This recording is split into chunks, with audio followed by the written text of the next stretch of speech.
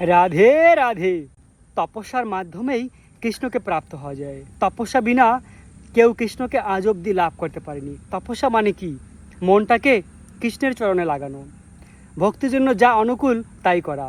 যদি এই ৪৫ ডিগ্রি গরমের মধ্যেও পরিক্রমা করে ভগবানের ভক্তি লাভ করা যায়, ভগবানকে লাভ করা যায়, তাহলে আমরা তাই করব।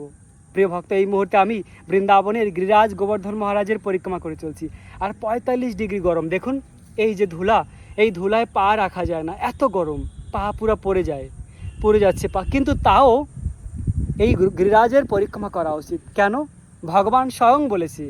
ভগবান যখন গিরিরাজকে তার হাতে ধারণ করে রেখেছিল ৭ দিন ৭ রাত পর্যন্ত, তারপরে শ্রীকৃষ্ণ বলেছিল গোপিকাদের যে তোমরা সকলে এবার গিরিরাজের পরিক্রমা করো।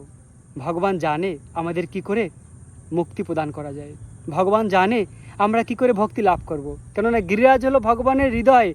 এই গিরিরাজের পরিক্রমা যদি আমরা করি, তাহলে আমরা কৃষ্ণ প্রেম লাভ করতে পারি, ভক্তি লাভ করতে পারি। প্রিয় ভক্ত, এই পুরুষোত্তম মাসে যা কিছু ভক্তি করা হয় ১০,০০০ গুণ বেশি ফল প্রাপ্ত হওয়া যায়। আর সত্যি কথা বলতে কি, দেখুন আমি ২ দিন ধরে কিছুই পাচ্ছি না প্রসাদ। আজকেও শুধুমাত্র একটুখানি আখের জুস পেয়েছি। তো এভাবে ২ দিন প্রসাদ না পেয়েও আমার একটু দুর্বল লাগছে না, একদম বিন্দু পরিমাণে দুর্বল অনুভূতি হচ্ছে না। কেন?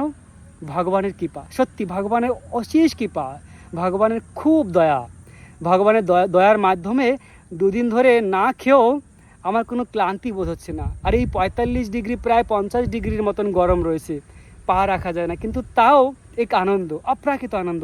এই আনন্দ আপনারাও লাভ করতে পারেন ঘরে বসে মনসে পরিক্রমা করুন গিরিরাজ গোবর্ধনের। খুব শীঘ্রই গিরিরাজ গোবর্ধন মহারাজের পরিক্রমার ভিডিও আপলোড করব আমার ইউটিউবে, লং ভিডিওকে আপনারা দর্শন করুন।